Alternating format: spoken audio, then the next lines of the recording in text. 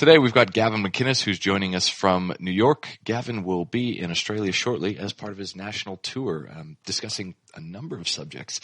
Gav, thanks for taking the time to speak with us today. Thanks for having me, fellow hoser. How's it going, eh? Yeah, very good. Before we turn the mic on, I was just speaking with Gavin. Some of you may know that I'm originally from Canada, so we've been talking about some famous in quotations Canadian punk bands and a little bit about hockey back in Canada. We might as well start it there. Do you still listen to punk, and do you skew into metal, and are you still a fan of all these bands in the genre? It's funny you say that. I've been getting into Australian punk in a big way. It seems like there was a real epoch there in the late 70s and early 80s with the Celibate Rifles and the Hard-Ons and the Cosmic Psychos and, of course, the Birthday Party and Nick Cave and all that. And then and this is just one man's take, right? I'm not an expert, and then there was a break, and now there's all these new bands that are amazing. Like I'm totally addicted to the Chats. I'm on Smoko, so leave me alone. I'm on Smoko. Okay, so you're obviously still a fan of the music. One of the things I'm a little bit more of a metal guy. And one of the things that's always bugged me about punk is the way that punk has gradually very much skewed into commercial music. So there's a lot of people who call themselves punk fans, but they don't really skew beyond listening to like Green Day and Blink-182. What's your slow down. Can I interrupt you there? Of course you can. That's an American phenomenon. Is it? America took punk and they did two things with it. First, they invented hardcore, which is really just American punk. So they took the Sex Pistols and the Clash and all that, and they said, let's take it down all the frills, no blue hairdos, none of that stuff, just sneakers and sweatshirts and Minor Threat, and we'll just go as fast as we can. That's the quintessential American thing to do. Like with the word color, they take out the U and they go, it's just C-O-L-O-R. Boom, let's do it. Done. Nice and fast. Fast, cheap, and easy. But then in the 90s, they started this like anthemic singing, and like Face to Face, and the SoCal bands with those big, huge shorts that look like giant pants. Really, Face to Face. I remember that band when I was in high school. Oh yeah. God, I hate that kind of music. That's actually when I said, "All right, boys, I'm done. Bye, punk. It was real. It was fun. It wasn't real fun." So what? A lot of the stuff that I would listen to is stuff like The Exploited, Cryptic Slaughter, Black Flag. Yeah. So where does that sort of skew in the traditional punk sense then? Is that just hardcore? Is that crust? Exploited or couldn't be more punk. Yeah. The Exploited, Twisted Sister came out in the late 70s when everyone in New York was all about rockabilly and Grease and Sha Na Na and Happy Days. So they had no audience. And then they went to Britain where glam was still big and they were popular. But guess who their roadies were? I have no idea. The Exploited. Yeah, the right. Exploited. They had Waddy carrying their amps and stuff. D. Snyder's coming out here not too far away. I think he's doing some sort of spoken word tour. He's it's really funny the way that is, because Twisted Sister traditionally, as you would consider them, wouldn't be a heavy metal band today because they're sort of skewed into that. No, they're glam. Yeah, they're glam. And that's really what punk is. Punk is an evolution of glam that was poorer kids who were more angry and less kind of fun in a way, more malicious. They were like evil glam. So do you consider it quite a wide genre? Because like I would still listen to bands like the Misfits, but I'm not really into the Ramones. And I certainly, the band that I have, you mentioned them already, that I have a really hard time identifying as punk is The Clash, because you can hear them on like traditional soft rock FM radio these days. Well, they were vilified for going to CBS. And so they said, all right, well, if we're not punk to you, then we're not punk to me. And they started doing, soul covers, Stand By Your Man, and reggae and dub. And they still have some great punk jams, though. But as far as what I listen to today, I have 3 kids. And I used to like Southern rap, like Memphis rap with lots of swear words in it. I used to like lots of metal. And I still like punk rock. But you can't listen to that in the car or in the house with the kids. They leave the room. They hate it all. Yeah. Well, I stopped sort of listening to music. I think I might be done. Although I got to say, so I just found my list here. These are some of the Australian bands that I've been really enjoying. Eddie Current, Suppression Ring, Dune Rats, Drunk Moms, Jurassic Narc, of course the Chats, as I said, the Smoko, and Miniskirt. all amazing bands. I think there must be a resurgence with speed in Australia because you have to be doing amphetamines to make great punk. Well, the thing, speed? yeah, but everything costs. When was the last time you were down here? Never a clock. Never. Okay, so first time. Oh, this will be fascinating. Everything costs plus 50% down here. So our two major parties, you've got the Liberal Party out here, which would be the Republican Party. I know it doesn't make sense for the Conservative. And then you've got the Labour Party, which is really the NDP out here. And so everything has been heavily unionized for a number of decades. You add that to the fact that we sit in the bottom corner of the earth, and the transportation and logistical costs of getting things down here. Everything costs a lot of money down here. You know, Northern Europe gets away with welfare and unions and socialism because they don't have open borders, and there's a sense of camaraderie there and a homogeneity, and it's much worse than it would be if it was the free market, but they can still survive because there's not moochers. But as soon as your borders collapse and you're far left, you're doomed. I mean, it's killing us. It's killing California with all the illegals, and it's killing Germany. It's killing. It almost killed Italy. Italy managed to wake up. It's killing Greece. And what are you laughing? I'm not saying anything. Oh, I heard you laughing. But if Australia has big unions, big leftist policies, and then open borders, the economics don't add up, boys and girls. You're going to be screwed. So we'll talk about that in a second, but if this is the first time that you're coming down here, what are your existing thoughts and, I guess, opinions on Australia? My opinion of Australia is that it is a old-fashioned country when it comes to genders, and there's the guys and the gals. It's like boys were boys and men were men. You know, at the beginning of Archie Bunker. Yeah. And you'd go to a pub in Sydney, and it would be like a pub in Britain in 1980, where the men are up there at the front, and there's a few Sheilas at the back, and they're minding their own. And kind of a machismo culture in a way. That's traditionally Australian, I'm saying, not today necessarily. And they also had great border laws, great immigration, meaning not a lot of immigrants coming in. I think both of those things are changing, and the men are getting more ashamed of being men, and women are getting more feminist and dogmatic and annoying. And they want to be, at the front of the line all of a sudden. And not only is that bad for most countries, it's very un-Australian. Australia with open borders and Sheila's running the show that's no longer Australia. I'll tell you the sort of numbers. So you're wrong about that. Once you get to the cities, you'll notice that the pubs are very metropolitan, but the divide is it's very, very clear between the country regions and the city regions. I don't know if it would be as pronounced as the difference, I guess, between like New Orleans and suburban Louisiana, but there's certainly the blokey fellas that you talk about are quite apparent as soon as you get a couple hours outside of the city. But they released the immigration numbers, I think, and last year we had, I think the number that came through was 550,000 immigrants who had come through. Now, what you have to remember is in a year, and our population is 25 million. So, I mean, you do those numbers.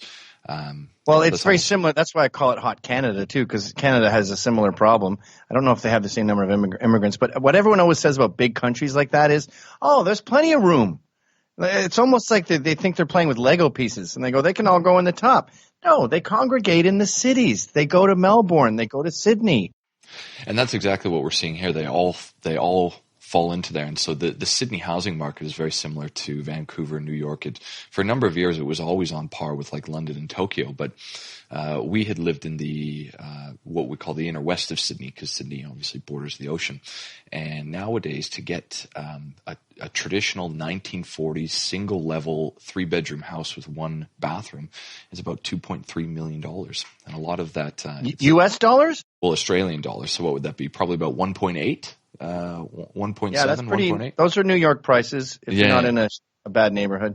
And we're seeing the exact same thing that you see from Vancouver, where a lot of it appears to be Chinese money being rushed out of the country, and they're buying these properties and not renting them out. So apparently the situation is very similar between Vancouver and Sydney and even Melbourne, where these houses are effectively paid for in cash between one family or multiple families, and they just sit there vacant. They're really just parking their money, and it sent housing through the roof, while immigration as a whole lands up in one of these two major cities. And they're now predicting that Melbourne will surpass Sydney as the largest city probably within the next 10 to 20 years. And Sydney's got about 5.5 million people, and that's as big as we get down here.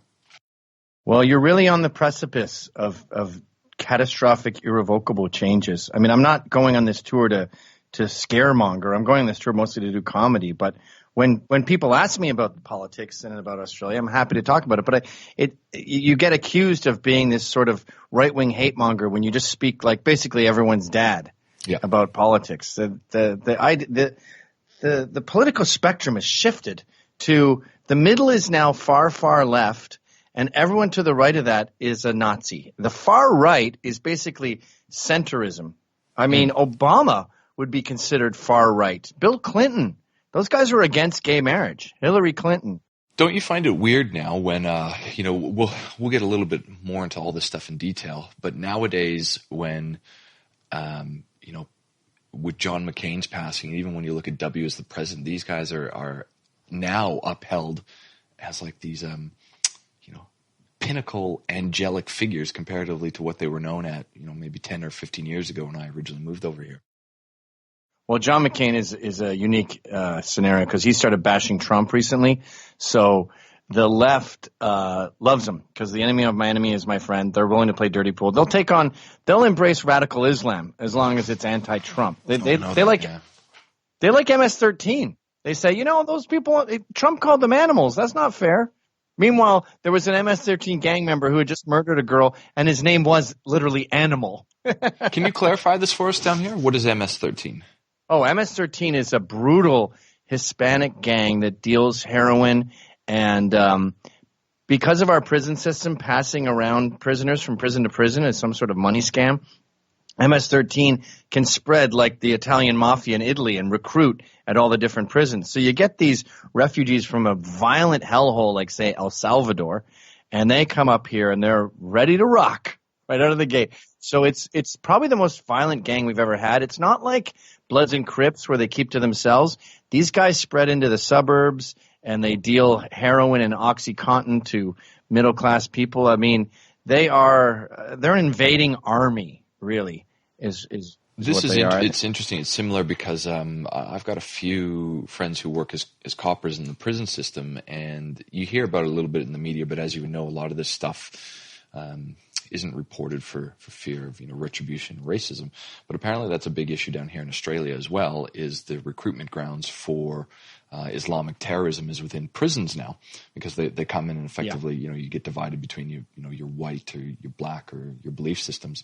And now these are apparently hotbeds. So when they come out, they, just naturally gravitate towards an Islamic community. And these opinions are now sort of embedded in them. And they're trying to figure out what to do about this, because if you're on a, 2, 3, 5, 7 year jail term, how do you remove them from this form of indoctrination? Well, Muslims are a unique immigration group. They seem more averse to assimilation than other groups. And in Britain right now, I think Muslims run the prison. Like Tommy Robinson was just in solitary confinement for many months. Can you explain this to me? What? Because I remember watching this. He went to a demonstration or a public rally, and then he was jailed for inciting something. Is that what happened? The actual charge is contempt of court. It's usually a slap on the wrist, not jail time. He didn't really get a trial. He just got whisked away to prison immediately. And his contempt was there was a sentencing for these Muslim pedophiles. They have entire networks these there where they rape. Groups. That's right. Yes. Hundreds and hundreds of girls raped. So they caught 3 of them. And he was waiting outside, and they have what they call the prison bag. So when you go to sentencing, you're not going to be allowed back home. So you bring your bag. And Tommy said, how do you feel about the sentencing? How do you feel about the sentencing? I see you got your prison bag. That's it, right? And he live streamed that. That was seen as interfering with the trial, even though they were there for their sentencing. So it's not like the trial was just beginning. And he was instantly whisked away. And then in prison, he could only eat canned tuna because the Muslims run the kitchen. So they were going to put feces or poison in his food. He couldn't be out with the other prisoners who are like playing table tennis and watching TV and playing pool and having pretty minimum security, kind of a fun life, the kind of life you'd imagine an insider trader has to face. But Tommy couldn't be with any of them. They'd come to his cell and harass him through the window, so he had to lock that window and cook in the summer heat. All because he dared embarrass pedophiles. and with this loose association of voices, like the two of yours, are you in contact like with him, or how do you view your relationship with other personalities like Milo, Steven Crowder, Ben Shapiro? It appears like a pretty loose network, but you guys are saying a lot of the same things with particular differences. We couldn't be closer. My relationship with Tommy borders on gay. Okay. I mean, right. Yeah. And my relationship with Milo, I made out with him. How gay is that? And my relationship with Lauren Southern is, if my wife were to ever pass, God forbid, after a period of mourning that would be reasonable, it would be quite long. But after I sort of dusted myself off and got back on my feet, I would immediately start courting Lauren, as mom too. She was down here recently as well. I don't know if you know that. Oh, yeah. And so was I talk to her about it every day. Cool. And so was Milo. And I don't know if you heard this in something that is absolutely unprecedented, because Milo came down here and we went and saw him at his gig. They needed to, put on extra staff from the police force. And I can't remember if it was the Victorian police force. I think it was. They sent a bill to Milo for police protection, totaling around $60,000. And of course, they're not going to pay it. But this is the first time I've ever heard of something so frivolous for a personality in people's fans who don't incite violence, but solely for the purpose so that police could protect the people who want to go see him at the venue. That's not how policing works, by the way. I understand. Don't give someone a bill. I'm not talking to you per se, but I'm saying you don't give someone a bill for the reaction someone else had. It's not a private industry. Your job is to protect the public, and that includes tourists on visas, and make sure they don't get killed. You don't get to invoice for that. But this is a common trick that's been going on for a while. That what they like to do is, like Jesse Aguirre did this in Berkeley in California. He tells the police to stand down. There's a big riot outside the Berkeley campus where Milo was doing a talk. There's fires everywhere. And now Jesse, the mayor, can say, look, man, I love Milo. I love free speech. But as you can see, when there's a speech here, there's fires and riots and people getting hurt. So I'm afraid I can't have Trump supporters doing talks in my town. Sorry. And it's a way to sort of pass the buck. So you create violence, you allow it to foment, and then you shrug and say, can't have that guy here. This is it's a good segue to get into this. So you've now explained this a little bit to me, because I only heard about this because you're coming down under. So a lot of people down here are unfamiliar with Antifa, because it's a little bit more of a North American thing at this point in time. But you've now created sort of a group to specifically fight this. So can you explain Antifa for a lot of our listeners, and I guess your involvement or what you're doing about this?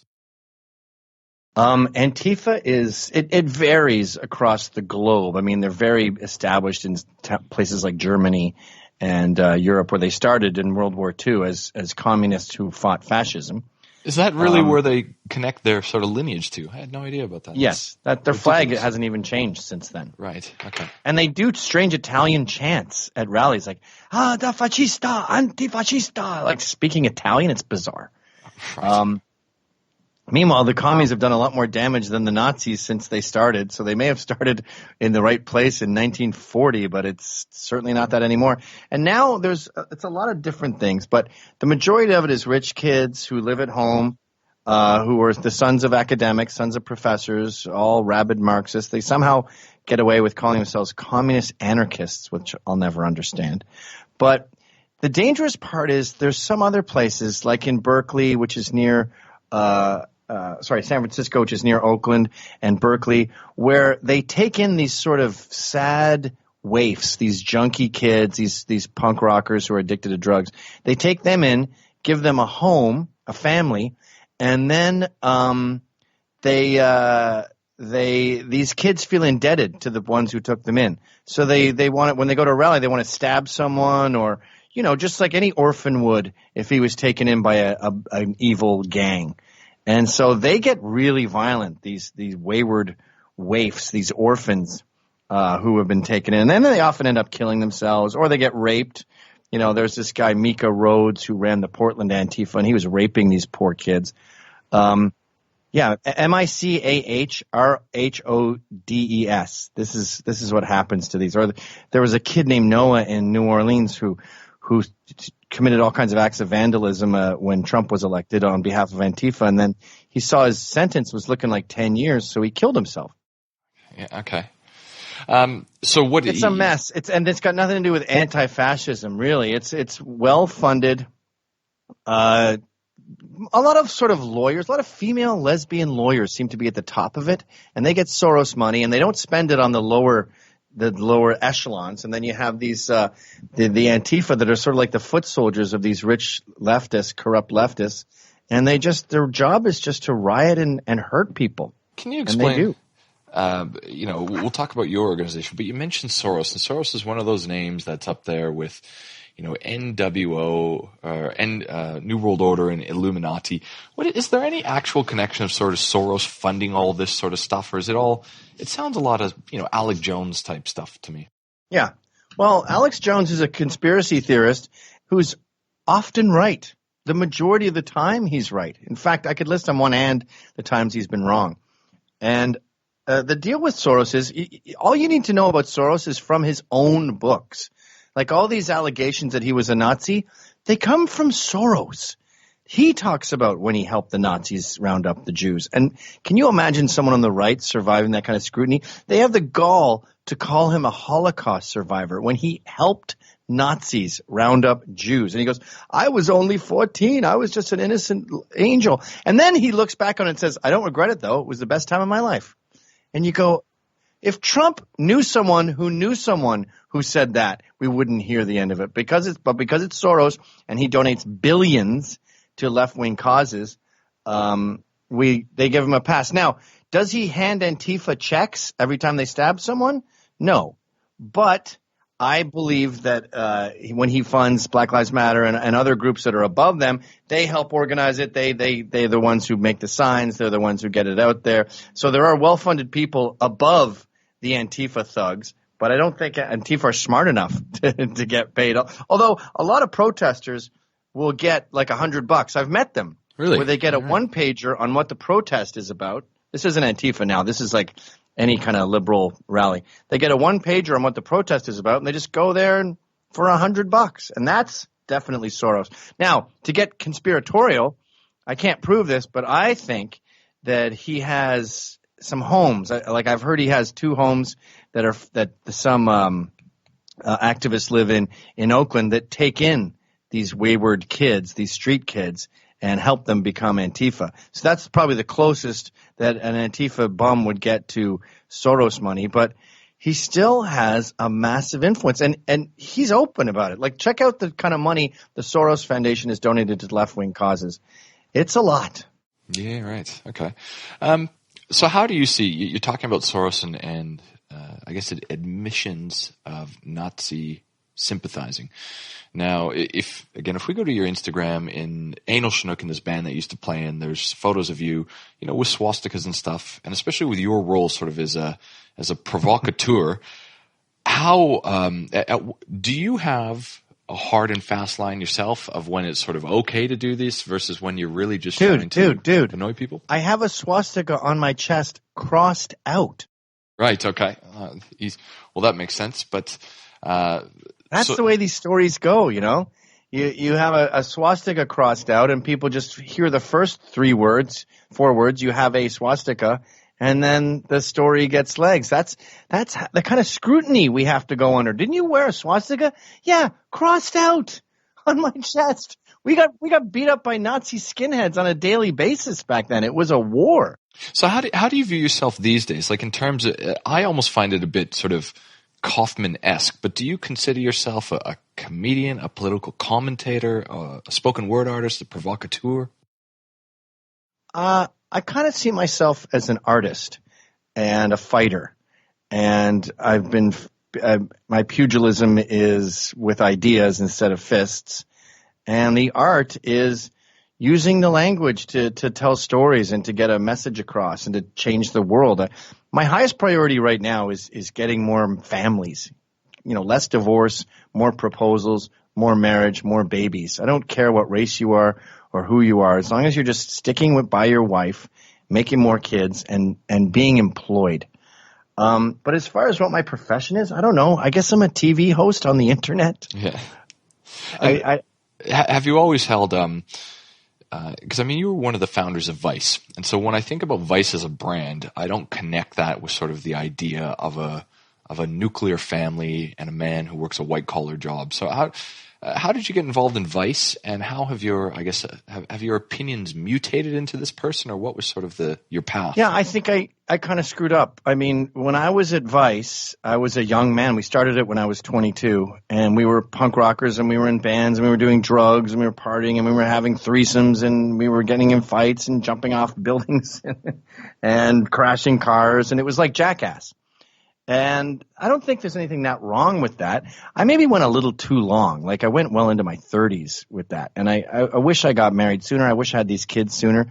But I think it was just a normal evolution for a young man. My original stories were about sex, drugs, and rock and roll. That was literally the title of our first greatest hits book. And now that I have kids, I'm more about kids. So I don't necessarily regret any of that party talk, but definitely as an adult dad now, I think people need to grow up. Now, I'm not saying don't sow your wild oats, but I'm seeing 35-year-olds, 40-year-olds playing video games for 6 hours a day, unable to propose to their girlfriend who they've been dating for 10 years. We really have these wrinkled teenagers, this perpetual adolescence that's totally out of control. Now, did I foment that with Vice? Yeah, maybe. But that doesn't mean that you don't have to grow up just because you read a magazine I wrote in the early 90s. I was listening to, I guess between you and I talking, another great Canadian, in my opinion, another Alberta boy, Jordan Peterson, talk about sort of the values and meaning in life as he does from a philosophical point of view.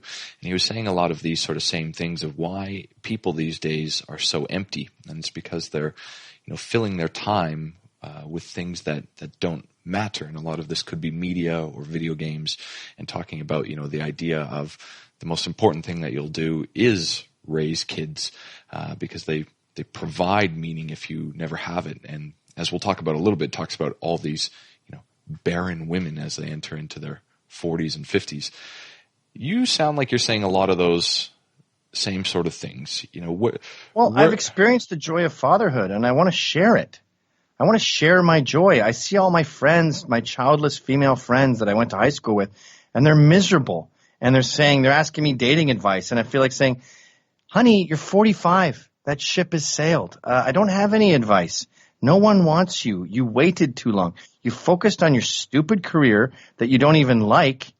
What have you done, dummy? You screwed up. You bought that whole myth, hook, line, and sinker. And we're Canadian. We started drinking illegally at maybe 14, 15. By the time you're 25, you've probably done – pardon me? Big Bears. Big Bear 40s. Yeah. You've probably done a shoebox worth of Coke, a air conditioner box full of marijuana, and enough beer and booze to fill a swimming pool, an Olympic-sized swimming pool. And you go, nope, I need to keep partying. I'm 25. I need to keep on rocking. And by 30, if your oats aren't sown, you have mental problems. How much Coke do you have to do? So, right? Do you, because one of the things that I never considered when I was listening to Jordan Peterson that came out a little bit later is that a lot of his philosophical ideas come from the necessity of having religion and a God. Do you believe in any of this, or have these sort of infected your viewpoints? That's the epiphany you have too when you have kids. I was an atheist my whole life. Then I had kids, and I realized that God exists, and I started going to church. I had them baptized. I was baptized Roman Catholic, and I go to church every Sunday and just sit in awe. I even like the church itself, the fact that it was built there. It just seems so reverent and so thankful. And you turn around to your neighbor and you say, peace be with you. And it's so fulfilling. And I just see all my old high school buddies missing out on all this. And all these sad old dog moms, Femke Jansen's got a pile of balloons because her dog just turned 18 and she had a big birthday party for him. And you think, Jesus, do you have any idea how sad you look? Is she still It's that not a attractive, though? baby, I haven't it's a- seen her since Goldeneye. You know what your dog is thinking at his birthday? He's thinking food, food, food, sex, territory, territory, food, food, food, food, sex, sex, territory, territory, food, food, food, food, food, sex, food, food, food. He's not thinking, well, what are you doing sitting in my chair? You keep anthropomorphizing this, and it's almost like you had a miscarriage stuffed at a taxidermist, and you're dancing around pretending you're a mom. Sorry, So it didn't work out for you, and it's not going to. When preaching this message, as I said to you before we started the recording, I go, most oftentimes it comes off as quite abrasive. You say that you want to tell the world this. Have you thought about trying to maybe deliver this message in another way besides, well, I don't know. I think we both know what we're talking about, but it comes across combative a lot of the time. I'm a New Yorker. I've lived here since the 90s. And though I'm British, my parents are Scottish. I was born in England. I grew up in Canada, moved to America when I was 29. But, in New York City, you don't have time for bullshit. So you can't, or you get sucked in. So you see the homeless guy, and he's got his spiel about, hey, man, I lost my Metro. And you just go, no, and walk. And it just saves a lot of time. Yeah. And the next thing you know, you have no time for frills, no time for bullshit. And when people start, or, I'll just be at a bar and someone will be telling me a long story and I'll go, was I supposed to be listening that entire time? Because I got bored about a minute in and you're still talking. And then they want to fight you and then someone else grabs the guy and he's trying to beat you up and then you go out the back door. I mean, it's just, I've been living in conflict since 1999 and it makes my voice come across as a complete asshole. But maybe that's because I've become a complete asshole. So how do you reconcile religious beliefs? Like one of the big things about them is to be, I guess, a little bit more timid and pronounced. But you still got this very sort of hard New York ability for you. Your belief in God, has that actually changed your personality at all? The only thing it's changed is I don't make fun of the dead. Okay. I don't speak ill of the dead. I think that's wrong. I follow the 10 Commandments closely. Not coveting your neighbor's wife is a tough one. I don't know how you don't. I have a lot of trouble not coveting in church. Like I'll be sitting there thinking, I wonder what those two are like when they have sex. I wonder what it would look like. I wonder if I could see the best sex those two have ever had in their whole marriage. That would be cool to see. Like probably when they first started dating. And I cannot not have those thoughts. But so this is the awe that you're talking about when you're in church. I'm in awe of her ass. All right. But when you have kids, money is you want to pass on a normal amount of money. That's not that hard when you work your whole life. But what you really want to pass on to your kids is character and honor and legacy.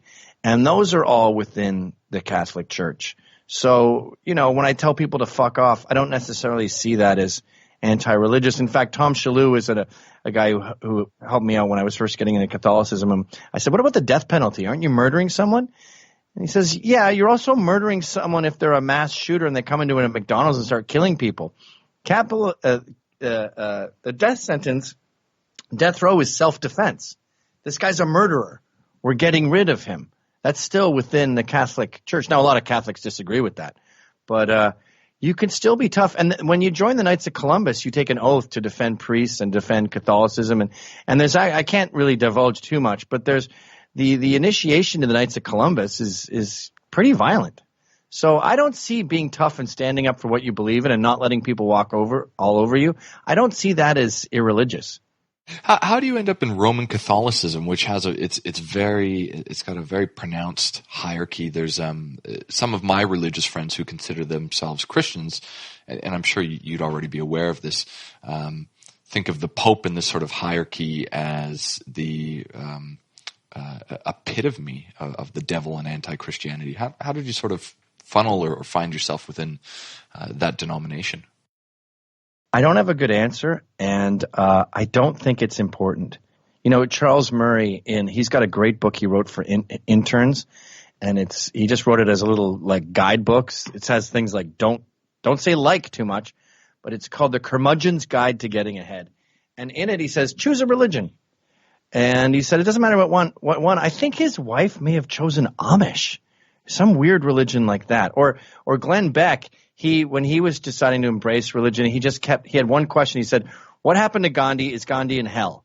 And if they said yes, he went, "Nah, not for me." So I think deism is inarguable. The Big Bang, this incredible formula, the fact that everything works. But you think God is very hands-off? Because deism is the idea that it was created, but there's no God interjecting or being involved in. I have trouble with that, and I talk to religious scholars all the time about, does God sweat the small stuff? And I have trouble thinking that if I pray to him that the Mets win against the Yankees, that he's going to screw all the Yankees fans out of a victory because I was praying to him. I don't quite understand it. I mean, I had one guy, Ron Coleman, he's Jewish actually, but he was saying, look, someone who can create the universe can handle minutia, like whether you trip down the stairs. But I'm more, that movie Prometheus, is that what it's called? Yeah, like the precursor to Alien, where it sort of explains. Yeah. And they have that guy at the beginning who's like an alien, and he drinks some poison or something that deteriorates his body, and then his cells go into the river, and then that becomes life, and that becomes all these different organisms. I guess aliens, actually. That's how I see religion, is God pushed the first domino, and he created this incredible organism. It actually looks like Pac-Man. If you see the first organism that could eat, it's got like 100 eyes and these Pac-Man teeth. And he made that knowing it would eventually become a human being. And that's why we have all these checks and balances along the way. You kill someone, you have nightmares, you're ostracized from society. It's an incredible formula that we're still playing out. We're still getting closer to his original plan. Now, Mormonism, are Hindus going to hell? Why Roman Catholicism? I honestly think that's us just trying to get a handle on this incredible miracle and maybe screwing it up along the way. I don't really care where you are, what you choose. I mean, to be honest, I'm so devastated by this molestation thing that's been happening, all these cases that came out. I don't feel like going to my church on Sunday. I think I would rather just go to the Presbyterian one down the street. I don't even know the difference between Presbyterianism and Catholicism, but I honestly just feel like, at least for a while, switching churches, because I'm so disgusted with the reaction to this. You strike me from the outside as probably more one of those guys who would like to have multiple wives living in rural Utah. Wouldn't that be awesome? My only problem with multiple wives would be, I'd feel so bad if, like, Rhoda wanted to have sex on Tuesday, and I'm like, sorry, it's Wendy's night. And she's like, oh, okay, well, I did give you 3 kids, and I'm in love with you, but I guess you don't want to have sex with me. I'd be like, no, why don't you come to Wendy's room? So, I don't know. So a lot of these beliefs then, Christianity and all these ideas are turn the other cheek, love thy neighbor. So obviously, we're going to get into the crux of where you've made a name for yourself, being critical of Islam. And we see a lot of that down here too, of the lack of integration of these communities, veering off into extremism. How do you sort of, again, reconcile these views? Because you're pretty antagonistic of a lot of groups, considering someone who has recently found God. I only am antagonistic about Islam because I think it's unique, especially Islam in 2018. I mean, I have Muslim friends, but my Muslim friends recognize that there's something rotten in the state of Denmark. They recognize that there is a real problem here. And you don't have to include 9/11. You can start on September 12th. But Islam's got a lot of splaining to do. And I think there's a number of reasons for that. I think the Quran is a very violent book. The second half was written when he was a warlord, and it's not like Christianity, in that Christianity had a 2.0. Yes, the Old Testament is harsh, but we updated it. Islam did the opposite. Their update is more violent and harsher than the original. So, I want Islam to assimilate and to embrace Western values, and they seem to be drifting in the opposite direction. You talk specifically, how Islam is not a culture, or it's a culture. It's not a race. Do you want to just expand on this? Because probably neither one of us are too familiar with what happens in the Arab states, but there's a lot of differences in the Islam that's practiced in areas like Qatar, Bahrain, Iran, Iraq. Do you know a lot about these differences and I guess the Well, broad the spectrum? more free they are, the less Muslim they are, really.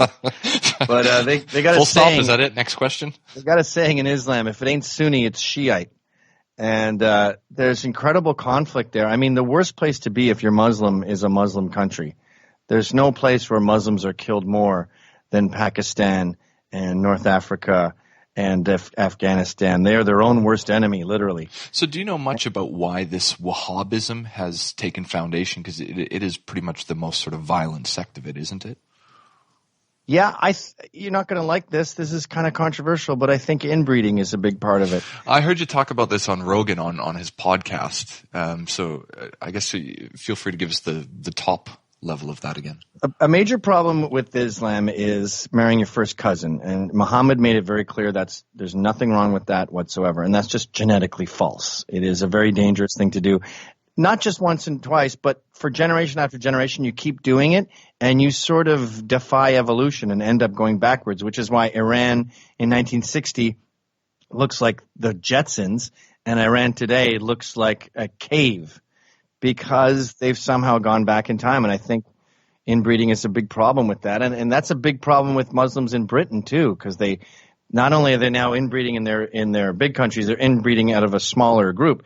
And Wahhabism, the only place you should have Wahhabi is with your sushi. And even then, it should be in very small doses. But like people say, we have Christianity has a crazy division. It's the guys who think they're immune to snakes. You know about these evangelicals in the South? There's been another guy that was bitten. His brother, I remember reading it in the Southern Baptist, and his brother died from a snake bite some years ago, and he's still doing it. And then he got attacked by a snake the other day. It's funny to me because I read all these stories through the dailymail.co.uk, and the Daily Mail has turned into like this international newspaper that's now reporting on region-specific stories a lot more as opposed to world news. It's pretty fascinating. Well, yeah, and by the way, it's good to have a positive attitude if you're sick. That can help maybe 10%, but you cannot defy poison, guys. So say that particular sect tried to take over American Christianity and say, we're all immune to snake bites now. American Christianity would say, yeah, no, I'm afraid not. I'm still going to be avoiding cobras and pythons and black adders. So you what's his name? Irshad Manji has a book, The Trouble with Islam. And in it, she basically says Wahhabism hijacked the religion. And yes, that's true. But why was the religion so easy to hijack? The snake guys couldn't hijack Christianity. I think there's some sort of bigger problem there. Now, I want to ask you about a couple of terms. Just reading through your Wikipedia, they talk about you being the godfather of hipsterdom. I can see these sort of correlations, but obviously you are not the guy who I would associate with hipster culture these days. What are your thoughts on that initially? I am to hipsters what Malcolm McLaren is to punk. I was there on day one.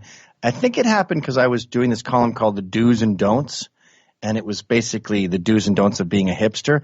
And when you send out a rule book on a daily basis, you end up creating a subculture. So in the early 2000s, Vice and my column and our articles and our parties and the sort of scene reporting of New York and LA created hipsters. And they were less political back then. And it was like white jeans and ironic T-shirts and Coke and booze and orgies and stuff, and then it kind of morphed and it sort of split into kind of biker wannabes on one hand of the machismo scale, and then these frail metrosexuals who wanted to wear makeup and wear a man bun. Because that's how I define it. I have such a hard time with it because I always identify hipsters as the guy with the man bun who makes my coffee. Yeah, that's the recent incarnation. Is that the word? But initially it was more like punk rock kind of skateboardery. Like there's Ninja Sonic was a good example. He had a song, I'm a tight pants wearing ass nigga, again and again. Yeah. That was kind of what it was. It was more Jackass at the beginning. And then, of course, when I left the helm, it was taken over by feminists and ruined it because women ruin everything. All right, we'll get onto that in a moment. But first I want to ask you about traditionally referred to as alt-right, but now consider yourself new right. Again, these are terms that I hear, but because I have a job, I don't get to spend 24/7 listening to bickering on Twitter. Can you define what, because traditional alt-right, people say, oh, it's the new right, oh, it's infused with racism. Can you define what alt-right is supposed to be? Alt-right started out, Richard Spencer started the term, and it was the alternative right, and it was meant to be basically the new right. And it did start out kind of benign. And then, I don't know if the guy is a Fed or he's getting paid, but it got darker and darker. It got more about anti-Semitism, more about racism, more about white identity politics. And today, the alt-right, which, by the way, is a tiny sliver of the right. Mainstream media keeps trying to pretend that Trump is alt-right and Steve Bannon and me are alt-right. It is a tiny sliver, and half of them are kidding. A third of them are kidding. A third of them are feds who are just pretending, and a third of them are mentally ill nutbars who genuinely want a Fourth Reich. They genuinely want World War II. They definitely want to gas the Jews and all that. We're talking about maybe hundreds of people in a population over 400 million.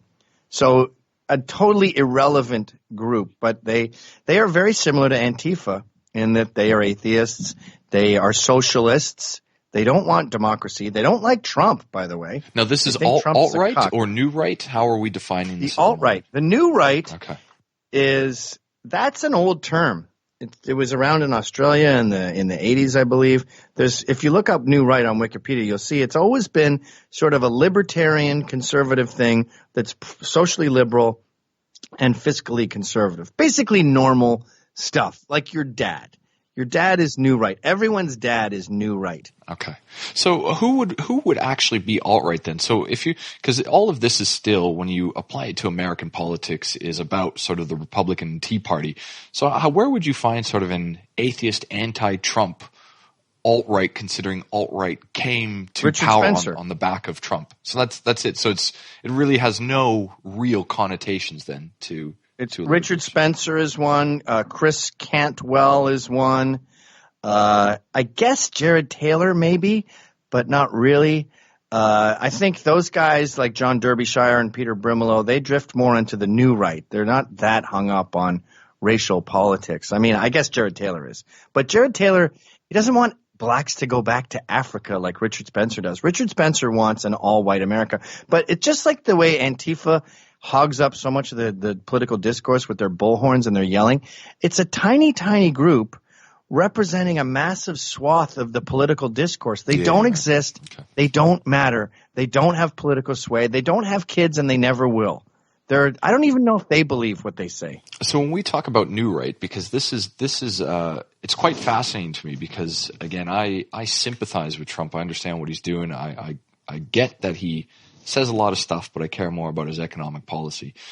But I would consider myself a little bit more like you, where I'm more of a Goldwater, Ron Paul sort of guy. And Trump is not that at all. That they are I disagree. No, you don't think so? Okay. So how do you reconcile the two? Because, Ron Paul would talk about things like, open borders and all these sort of, limited government, where Trump is, to a degree, is limited government, but having tariffs and immigration. Yeah, you're right about libertarians are really weird on borders, and I've never quite figured that out. And I have met a lot of libertarians who were for closed borders. I mean, every country has a border. So if we get rid of borders, we're the only one without a border. I don't understand that. How do you not know that's going to be a complete shit show? But outside of that, Trump is pro-free market, and there's nothing more libertarian than that. The economy is on fire here in America. Unemployment is at an all-time low. Black unemployment has never been lower. And you talk to trades guys, you talk to guys who work on the railroads or real estate agents or even guys on Wall Street, and they just go, Jesus, this has got to end at some point. Every day it keeps getting better and better and better. The Dow is at unprecedented levels, and there's just a general feeling of morale is high amongst people because I think men are defined by their jobs, and they finally got jobs again. Jobs are back, and what's more libertarian than jobs? I think the rest of it is just minutia. And what do you think? So again, talking about this it's a little bit fascinating to me because, as you said, sort of alt-right and ideas of racism. Why has racism or the idea or concept or the narrative become such the big talking point for conservative politics now? Because it's a trick that the Marxists have been doing since the Frankfurt School in the 50s. If your opponent becomes too annoying, call him racist again and again and again, and eventually it'll stick. It's all the left has. In fact, the next election, their motto is hate has no home here. That's their motto. And people don't hate. Again, no one's heard of anyone alt-right. There's Richard Spencer. There's one famous person. There's one notable human being in the alt-right. It is a sliver. The massive block on the right, the new right, that's everyone you've heard of. That's me. By the way, the alt-right is a derogatory term the alt-right uses to describe the new right. I don't really care what term you call us, but the new right, a.k.a. the alt-right, is me. It's Stefan Molyneux. It's Lauren Southern. It's Jordan Peterson. It's Dave Rubin. It's Paul Joseph Watson. It's Fleckis. It's Owen Benjamin.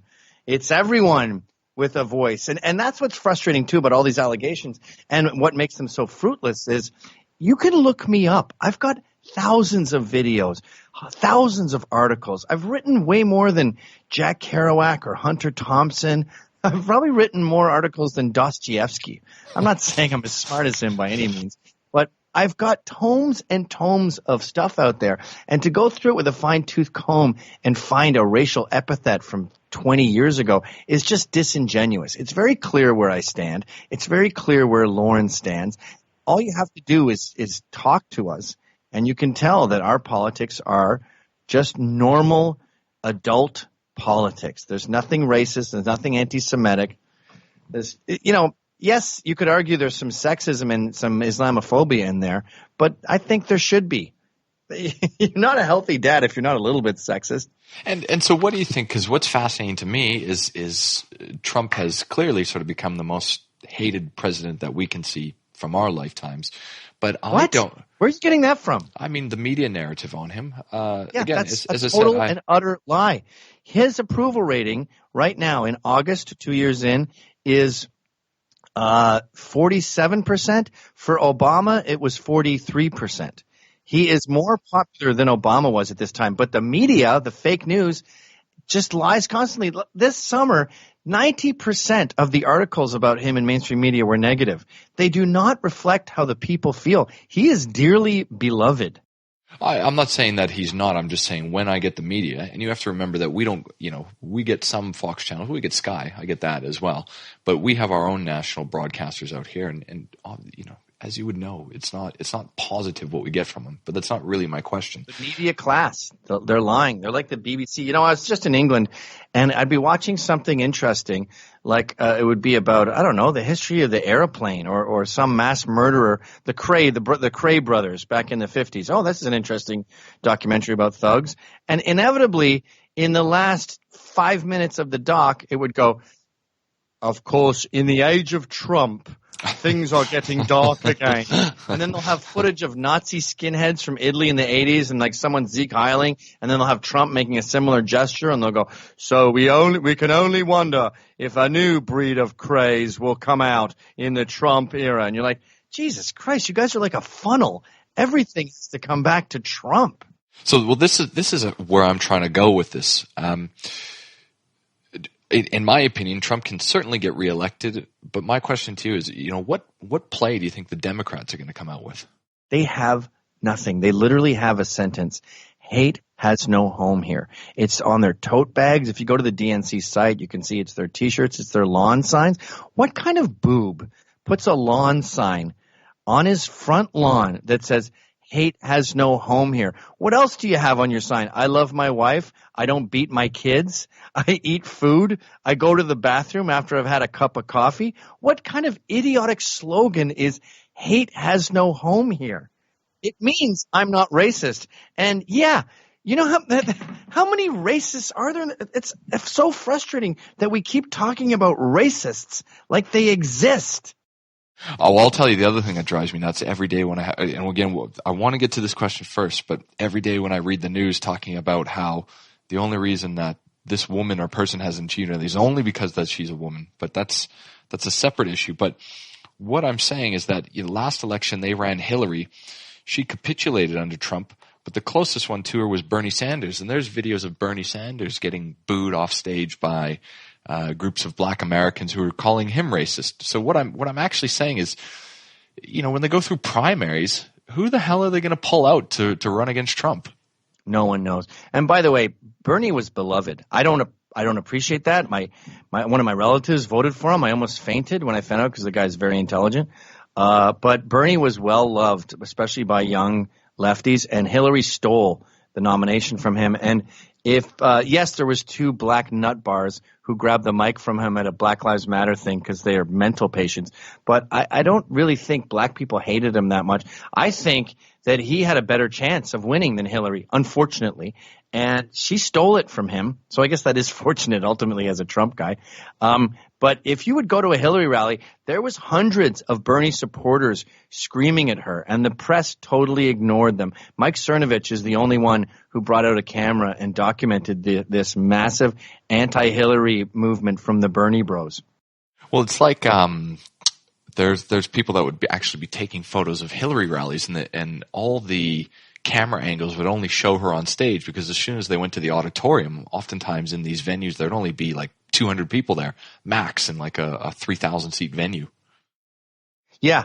Well, that's when I knew Trump would win, because he picked up his phone and he turned it around and he showed an audience in Florida, and he sort of did a wide panoramic and just showed them. And you go, wait a minute, I thought you were the loser that everyone hates who has no choice of winning. I'm looking at an ocean of human beings. It was like you couldn't make out any faces. It was just a sea of people. I'm talking like 80,000. It looked like a Bruce Springsteen concert at Madison Square Gardens. And then you realize, oh, the press has been lying to us all this time. And this is why I'm banned from Twitter and Alex Jones is kicked off. This is why they're trying to kick the right off of Twitter and social media, because they don't want the word to get out that we are loved, that we're popular. It's an interesting point. I mean, the internet, everyone thought it was going to create this place where everyone could share their ideas. And we're seeing that clearly not. It's just creating silos where you only go to hear your own opinion. You've been kicked off these platforms. Now, if a, like CRTV or Fox News, how do you then try to adapt or change people's views when it's virtually impossible to reach them because of their perceptions around your message? Well, my message is out. That's one problem that the left has. I mean, there's, as I mentioned earlier, there's thousands of hours and thousands of pages of content of mine. I also have tens of thousands of viewers watching my show every day.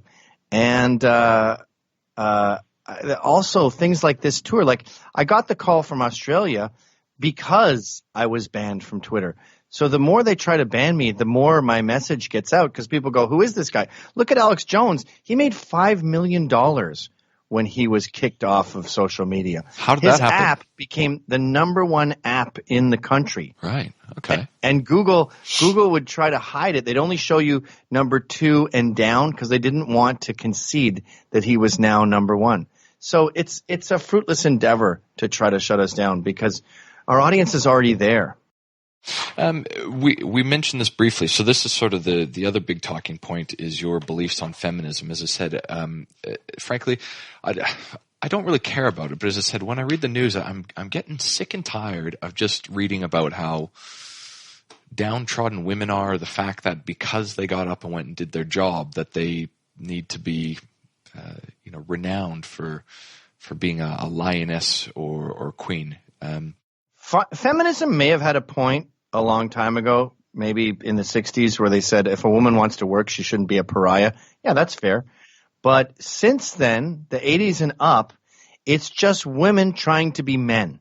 Women trying to be in action movies, women trying to be in the fire department, women trying to be the CEO of Bosch spark plugs. And guess what? They make shitty men. They're not good at being men. Now, I mean, it makes sense to me, though, about the idea of personal empowerment. It just like if you feel mentally or physically like you're being bullied, you go out there and you take on a challenge so that you can. But they don't take on a challenge. Like here in New York, gays are everywhere. Like when you're doing business, especially advertising, especially fashion, obviously, you're surrounded by the velvet mafia. Homosexuals abound. And they will grab your ass. They'll hit on you. You know what you do? you say, "What are you doing, dude? Are you serious?" And he'd say, "You know what? You would get this contract a lot faster if you were a little more fun, if you know what I mean." And you go, "I'm not sleeping with you for a contract. Are you insane? I'd rather die." You could even go out and get beers with that homosexual who just hit on you. You don't care because you belong there. You're tough. But these women are so much of the Me Too movement is women just unable to handle normal back and forth that happens in the workforce. They get insulted. They get hit on. Someone grabs their ass. Big deal, ladies. We're dealing with millions of dollars here. Lives are at stake. Things get a little rude. You tell some unfortunate jokes. You use a bad word once in a while. You might say faggot. God forbid you should use a swear word in normal parlance. And these women, they pretend they can handle it, and they just collapse. Here's an example. By the way, I'll just bore you with one example. So there's a movie, what's it called? Manchester by the Sea. And it's a really sad movie with Casey Affleck where his kids die. It's fucking horrible. Don't watch it. But the woman who directed that. Is there anything else to that statement? I almost felt like you were like, "That's it. That's my statement. Don't watch this film." I don't handle children under duress very well. I wish my newspaper would just black out the stories about a toddler being punched to death. But anyway, kids die in it. It's horrible. And anyway, but it did very well and got tons of awards. And the director, it was one of her first times. She decides she's going to persecute Casey Affleck and make him a pariah with her kangaroo court of feminism because him and what's his name, Joaquin Phoenix with the funny hair lip there. They said to her, "Hey man, we're going to bang these chicks in your room. Can we use your room for a bit?" And so she had to leave her room, and while these famous guys banged girls in her bed, and she was mortified. That was kind of a rape. Now, as men, if that happened to you and you had this incredible directorial debut thanks to the benevolence of some famous guys, and the two famous bosses, they're your boss, said, "Hey, I want to bang some chicks." And you know what I would think? I would think, yes, I got one up on the boss. He owes me a favor now. I'll go to the bar. I'll have some whiskey. I hope he doesn't get ejaculate on my pillow. I'll change the sheets. I'll spill some Coca-Cola on my sheets and then get the maid to bring up new sheets. And I probably wouldn't even do that, to be honest. I'd make sure there was no fluids on my pillowcase and I'd be fine. And I would also think, this is great news. The boss owes me one. What a great situation. But because she didn't belong in the workforce, she turned it into this big thing where she had been abused. And you think, lady, you don't belong with the big boys here. You can't play with the big kids. Get out of here. Go make some babies. You'd be happier at home. So it's interesting that you mention this because my primary business is in the media field as well. And one of the two sectors where I notice that women are 95% in the sectors in the area of marketing and communications.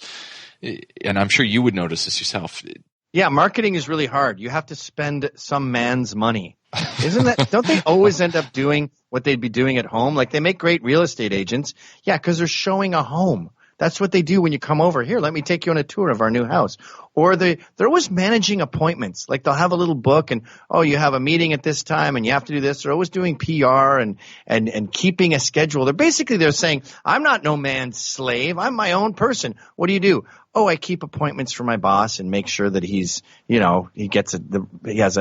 shirts go to the dry cleaner and he's not late for this meeting with this person. Oh, so what a wife does, but you do it for a stranger. Okay. Well, congratulations on your liberation. It must be fun being a woman and hearing you roar. So, I mean, you've publicly called yourself a chauvinist then, but what do you think about these ideas? Well, slow down. I said a Western chauvinist. A chauvinist is just someone who is passionately patriotic. A male chauvinist is a sexist who hates women. Right, okay. So this is another term that I've read that's been taken out of context effectively. Correct. Chauvinist just means extremely passionate. So if you're a French fry chauvinist, then you don't eat frozen fries. You only have hand cut, and they have to be starched, removed the night before, and then blanched right before they're cooked. So is there any reason why I guess you use that term as opposed to maybe a play on like Anglophile or something of Western culture? Yes, I'm tricking the left and exposing them. All right, okay. They don't look stuff up. Okay. And so what do you think of these ideas of men's right? Because we've seen, women are now getting appointed to boards without things like merit, but one of the areas that seems to be completely still 50 years ago is men's rights in the area of, divorce law and alimony and child's rights. Do you explore or have opinions on these issues? Do you know how shitty custody cases turn out? I didn't really realize this till I started meeting divorce guys. I'm 48 now, so my friends are getting divorced.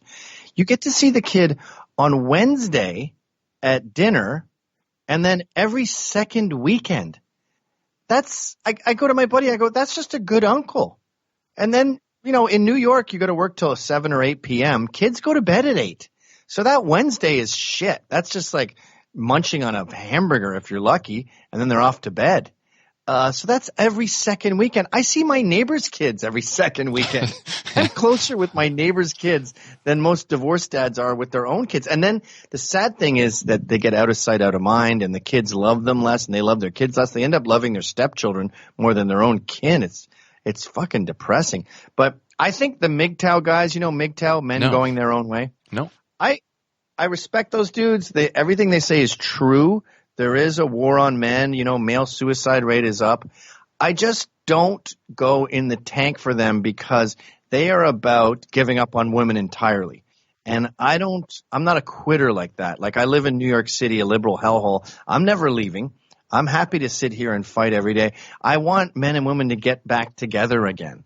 I don't like the idea of giving up. The reason that in Proud Boys we have this no wanks rule where you can't watch porn, I want single men to get up off the couch and start dating, and I want married men to pay more attention to their wife and not be staring at a computer masturbating. I want them to be masturbating within 1 yard of their significant other. What's your opinion on this? Does this fall into reborn Christianity, or is this just the idea of like, hey, mate, get off the television and go spend time with people?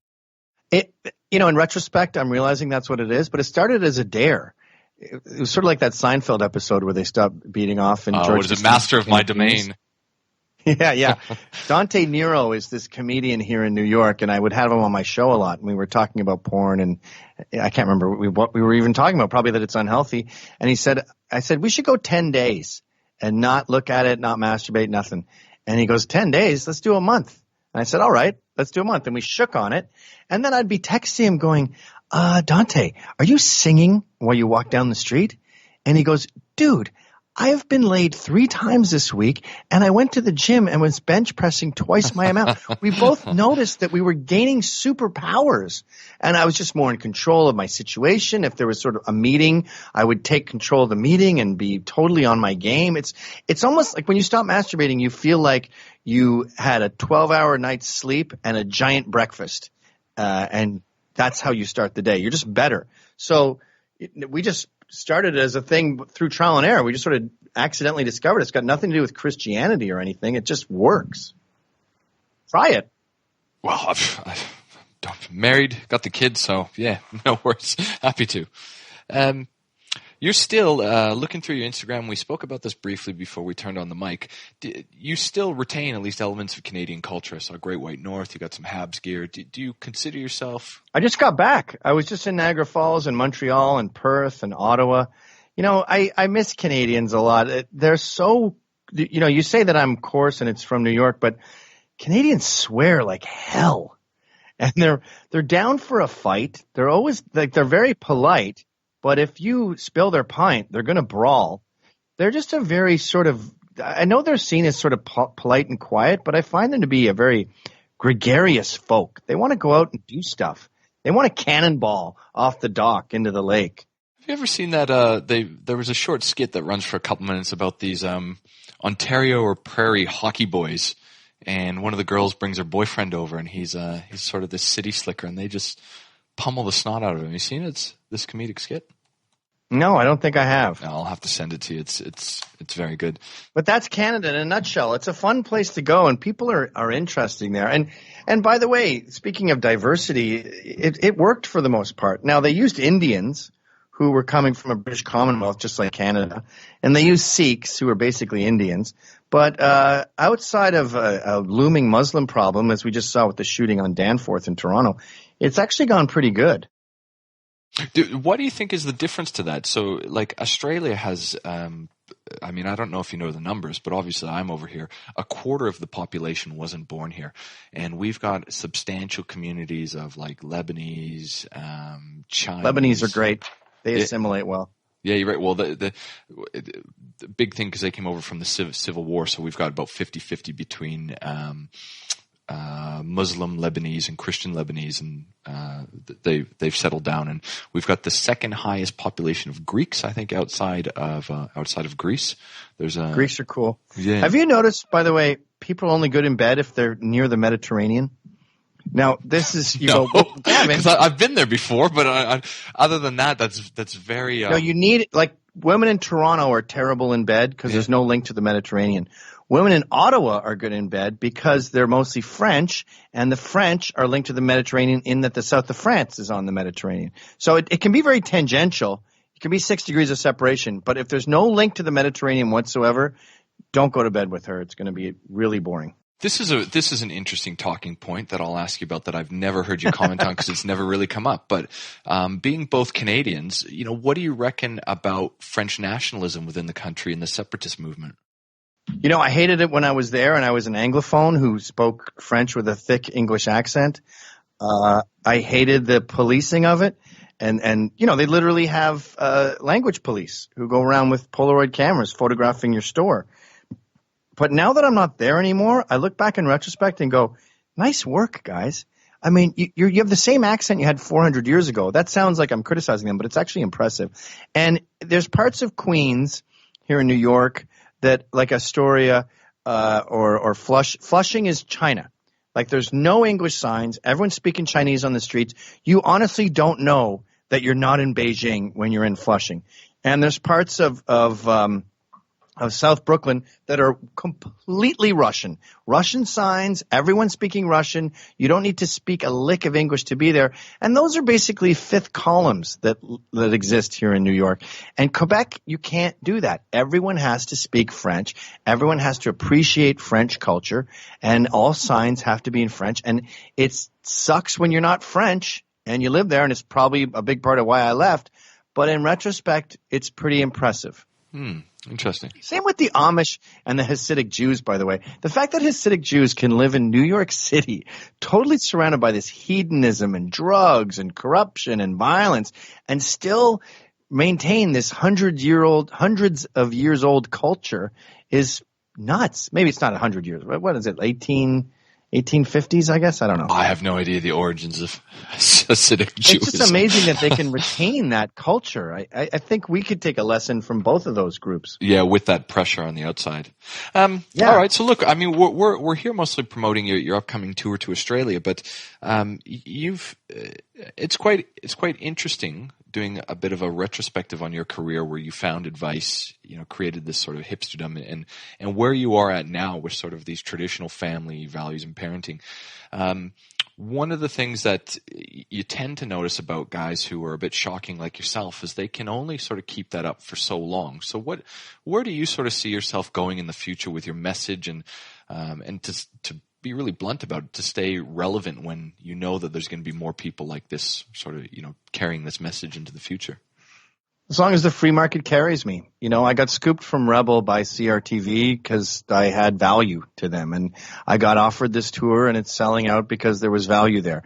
If no one wanted me in comedy because I was too non-liberal, so the free market pushed me out of comedy.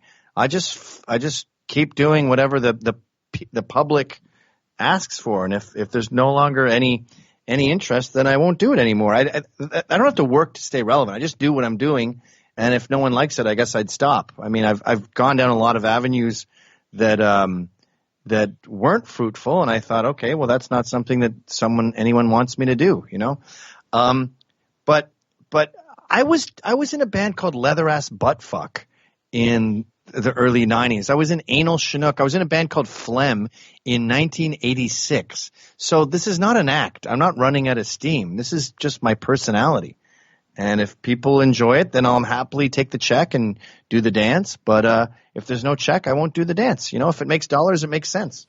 To circle around to what we first began speaking about, when we look at punk, when you look at 80s punk, Reagan was sort of the bastard of that era, but Trump sort of represents what he stands for is for the downtrodden blue collar everyman.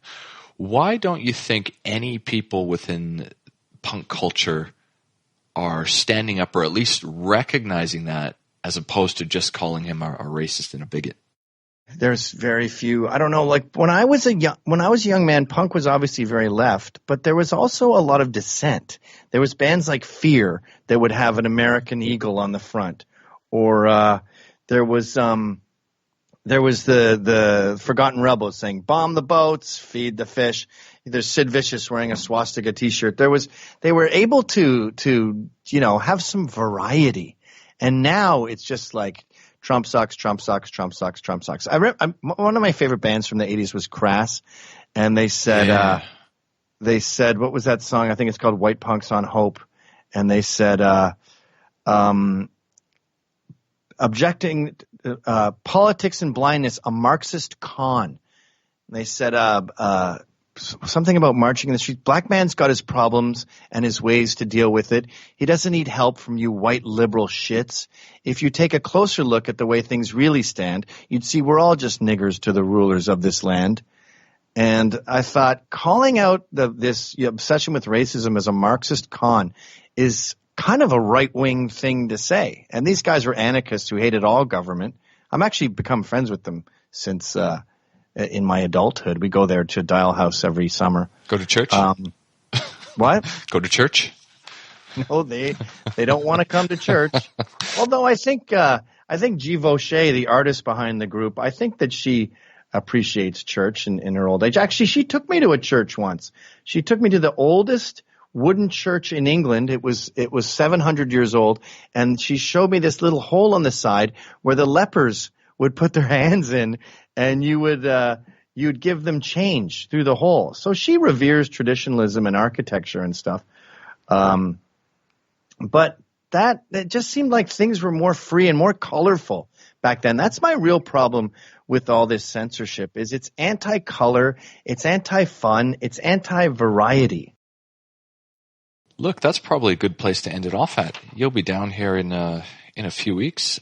Look, this has been a great chat. I wasn't really sure what we were going to have initially. As I said, it was mid-morning here. It was late afternoon. You've already done, 5 or 6 interviews. You're already on the bourbons. So I wasn't sure what sort of personality I was going to get out of it. But this has been, I've had a great chat today. I appreciate it, Gavin. Don't thank me. Thank Maker's Mark. I hope you guys have Maker's Mark in Australia and Yes. I don't have to bring a case of it. Yes, we do. 750 mils would cost you about $50 down here. So Jesus Lord. yeah, I enjoy it as well. But wait till you see how heavily they tax alcohol down here. You're going to be amazed. Welcome to, as I said, welcome to years of a Labor government down here. Everything's going to cost you money. So Good thing I'm rich. nice to speak, and who knows, maybe we'll even get a chance to see you when you're down here. Yeah, I'd love to hang out when I'm down. Cool. I'll talk to you as soon as we end this podcast. All right, g'day. All right. Cheers.